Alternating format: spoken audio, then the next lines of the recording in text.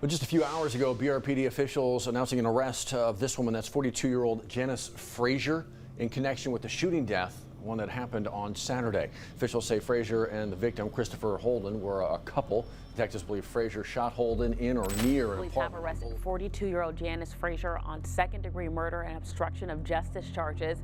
Investigators now believe Holden was shot by Frazier at or near an apartment on Boulevard to Province the night before his body was left at that park. When a Baton Rouge resident was found dead in a park in July 2023 with a single gunshot wound to his body, the police quickly zeroed in on their suspect, Janice Frazier. She was in a romantic relationship with the victim and was seen on surveillance near the park. However, the investigators had no idea Frazier would confess to a second murder that happened almost 2 years ago. Listed as a potential suspect in that shooting, but we didn't have enough information or evidence to say that she had done that. Through the course of us interviewing her for this one, we spoke to her about the one in 2021. She admitted to shooting Mr. Anderson. Welcome to Seriously Criminal, a true crime channel where we cover unsolved crimes, chilling murders, mysterious disappearances, and more. My name is Zoe, and I am your host. Don't forget to like and share and subscribe. The morning of Saturday, July 15th, 2023 started normally for Keep Tiger Town Beautiful volunteers. This group dedicates their free time to picking up litter in public spaces around Baton Rouge, Louisiana. On this day, volunteers were going to Flannery Road Park in East Baton Rouge. This family-friendly park is usually filled with young kids running around the playgrounds, but this Saturday, 35 volunteers have been walking the paths and picking up trash. Around 7 a.m., one volunteer approached the event organizer and informed her that they had discovered a man lying down in the grass. The volunteers thought he was sleeping. The organizer approached the man and immediately saw a bullet hole in his body. A closer inspection revealed there was a pool of blood underneath him. Hoping the man could still be alive, the organizer called the emergency services right away. Upon arrival, the medical team realized the man was deceased. The Baton Rouge Police Department was at the scene soon after and began their investigation. The first thing they needed to determine was the identity of the victim. Officers soon learned he was 34-year-old Christopher Holden, who lived in an apartment complex on Boulevard de Province, just 1.3 miles away from the park. And according to a spokesperson for the Baton Rouge Police Department, Frazier, the woman you see on your screen, was arrested for her involvement in the shooting death of Christopher Holden. The medical examiner determined that Holden was probably shot and killed on Friday, July 14th. Police continued the investigation at his residence, hoping neighbors had heard something the day prior. They had learned Holden lived there with his 42-year-old girlfriend, Janice Marie Frazier. The apartment complex had several security cameras pointing to the entrance to Holden's building and parts of the parking lot. Law enforcement reviewed the footage from Friday night and noticed a figure that looked like Frazier acting strange in front of the apartment complex. Another person could be seen in the video, and the two left in two separate vehicles. Following their hunch, the investigators obtained security footage from the parking lot at Flannery Road Park. Just minutes after leaving the apartment complex, Frazier and an unknown man parked their cars there. This footage was enough evidence to bring Janice Frazier to the police station for questioning. Janice Frazier arrived at the police station on Monday, July 17th for an interview. After a series of questions about her relationship with the victim, investigators presented her with the evidence. Knowing she probably couldn't get out of that situation, Frazier admitted she was part of the killing, but didn't reveal who pulled the trigger. She said her son, Christopher Smith, was at the apartment when the murder happened. However, the police weren't convinced he was the second person seen on the surveillance footage and suspected there was another accomplice. Ms. Frazier, along with an accomplice, dragged his body, placed it in a car, took him to the Breck Park, and left him there. Before Frazier arrived at the station, investigators dug deeper into her files and uncovered that she was a person of interest in another homicide that happened in 2021. Back then, Frazier was in a relationship with 29-year-old Imani Gerard Anderson Jr. Anderson was found dead in his home on Hyacinth Avenue at Emmeline Drive on October 14th, 2021. He was killed around 2 a.m.,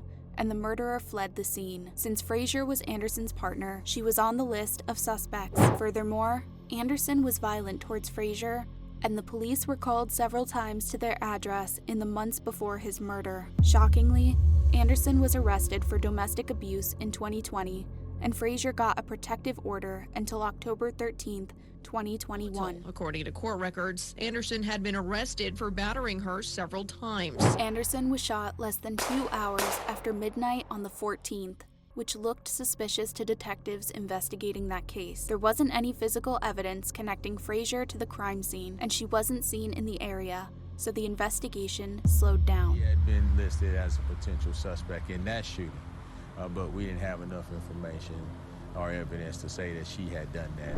However, while investigators were talking to her about Holden, they asked her about Anderson's murder. Surprisingly, Frazier right away confessed to shooting him. Frazier was arrested and booked into East Baton Rouge Parish Prison. She is charged with 2 counts of second-degree murder and 2 counts of obstruction of justice. A $1.1 million bond was set for her release. The prosecution has just started collecting the documents regarding the case, and the date of her trial is currently unknown. The news about the woman who killed 2 boyfriends left the residents of Baton Rouge speechless. Anderson's mother, Nacy, said she always knew Frazier murdered her son.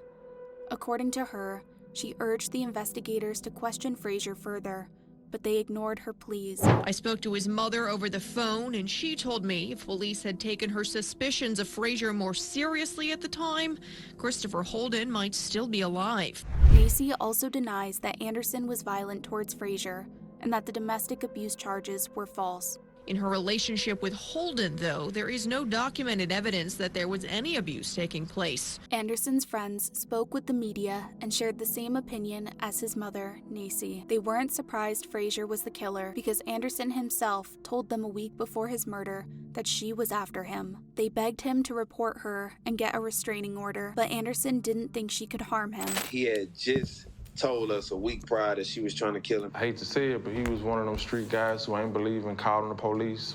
Big EJ. Call the police, get a restraining order, get a paper trail on it for something bad happened.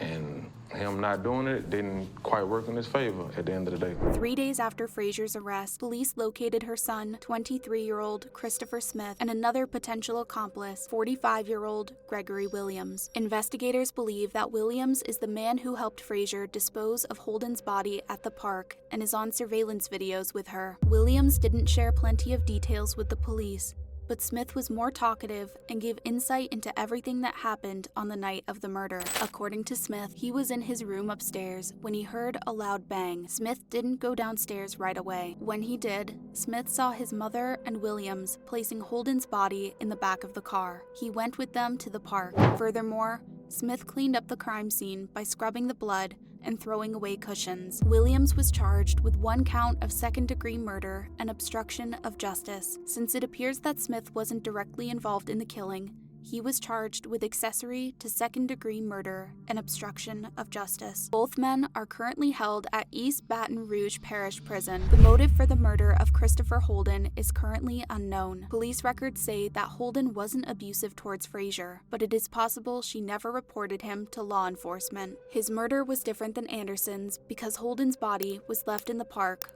which meant Frazier tried to distance herself from the crime. If he had been shot in self-defense, Frazier would have had an explanation and a reason to use a firearm. Removing his body from the apartment and cleaning up the crime suggests Frazier intended to kill her boyfriend. Along with an accomplice, dragged his body, placed it in the car, took him to the Breck Park, and left him.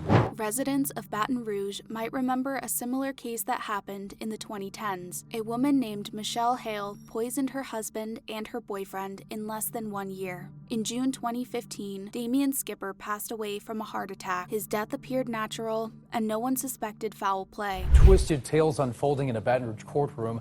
A woman on trial accused of using poison to murder her live-in boyfriend.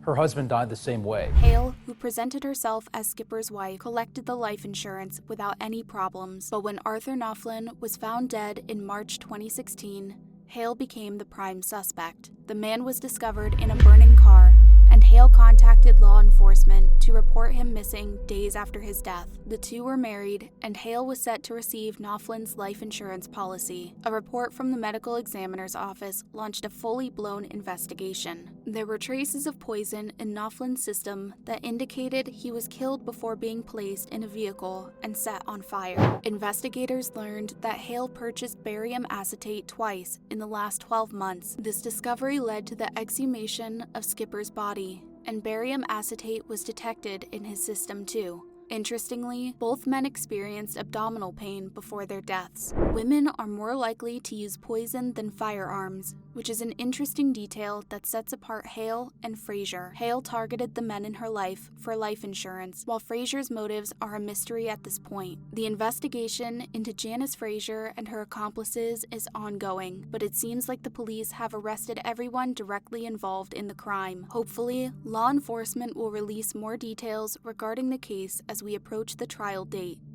Let me know what you think about this chilling crime story in the comments below. And don't forget to like, share, and subscribe.